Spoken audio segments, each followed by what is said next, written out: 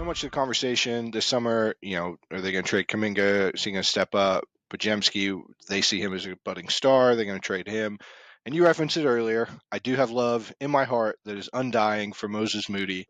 And so I want to see, is this finally the year Moses Moody is allowed to have a full-time role where Steve Kerr going to keep pushing him around at the edge, at the fringe, never committing, never really using him? We know that he looks good out there. He looks comfortable with Steph and everybody else, but he just hasn't played. So, Peter, I've got a trivia question for you.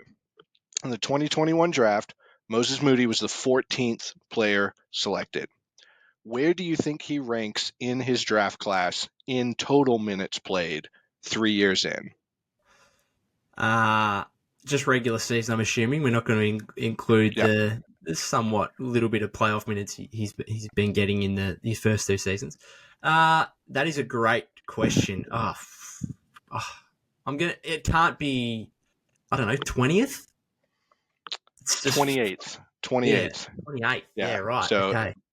Yeah, a full 14, spots he slid down, if you will. Yeah. And a lot of the guys who are kind of right around him or just below him have missed time due to injury, and Moody really hasn't. Kuminga is, let's see, he is 14th. So, yeah, right. Okay. So he's also gone from 7 to 14. Like, he perfect has. symmetry there. Yeah, it's really interesting. Some of the names have jumped up. Ayo Dosunmu is 6th. He's played over 6,000 minutes in 3 seasons with Chicago. A couple other, Trey Murphy's jumped up. He's played really well. Sengun, some names you'd expect. Who's first? Like Scotty or someone? Scotty Barnes is number 1, just barely ahead of Franz Wagner. And you got Jalen Green, Herbert Jones, who has jumped up a lot, Evan Mobley. But here's some of the names of guys who have played more minutes from this draft class than Moses Moody. I'm looking forward to this. Trey Mann on the Thunder, the Hornets. Trey Mann, Chris Duarte, who essentially is everybody's playing hot potato. Nobody wants Chris Duarte. Zaire Williams, the bust of a forward for the Grizzlies, essentially. He's played more minutes. Bones Highland. And then 4 undrafted players. 4. Jose Alvarado, Sam Hauser, Austin Reeves, not surprising, and Trendon Watford has played more minutes than Moses Moody. And so, to some extent, okay, maybe Moody hasn't earned it or whatever, but I think you have to conclude that Moses Moody is better than some of those players at least, or deserves more of opportunity. To think of maybe a similar-ish type of player like Corey Kispert on the Wizards, he's played well over 2 times as many minutes as Moses Moody. And part of that's playing on a bad team, and the Warriors have had more options, but he just hasn't gotten an opportunity. Kerr has just not put trust in him. And at times when he wasn't putting trust in Kuminga, there were things to point to. With Moody, it's more just this like, it doesn't feel right. Or, okay, maybe he's got defensive lapses or something, but it looks good when Moses Moody is out there. He kind of knows where to be. He seems to have great chemistry with Steph. He plays this position, this role that you would think the Warriors really need, especially when Wiggins was struggling.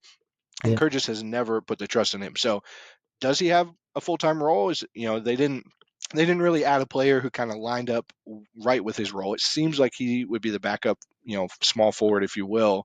But is he going to get crowded out again? I mean, probably, just given the track record. But like, if he's going to get a shot, this is the chance. And so I want to see in the preseason, is he like coming right in, one of the early subs? Like, is he in the rotation, or is he like guy 11 again? And it just seems like another lost season. At which point you have to assume someone's going to trade for him, because the Warriors just aren't going to re-sign him if they just again can't find a spot in the rotation for him.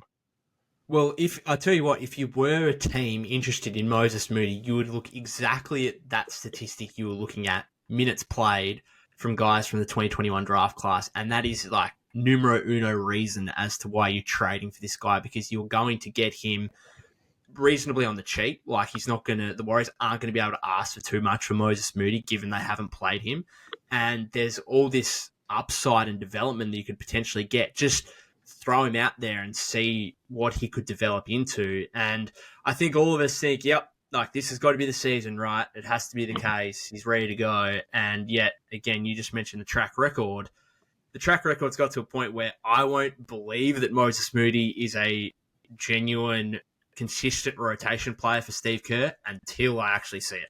Like, I'm done forecasting, expecting anything, I'm just going to be pleasantly surprised if we, come preseason, come the start of the season, and all of a sudden, he's like this 6th, 7th man or whatever, and he's playing over 20 minutes a game, which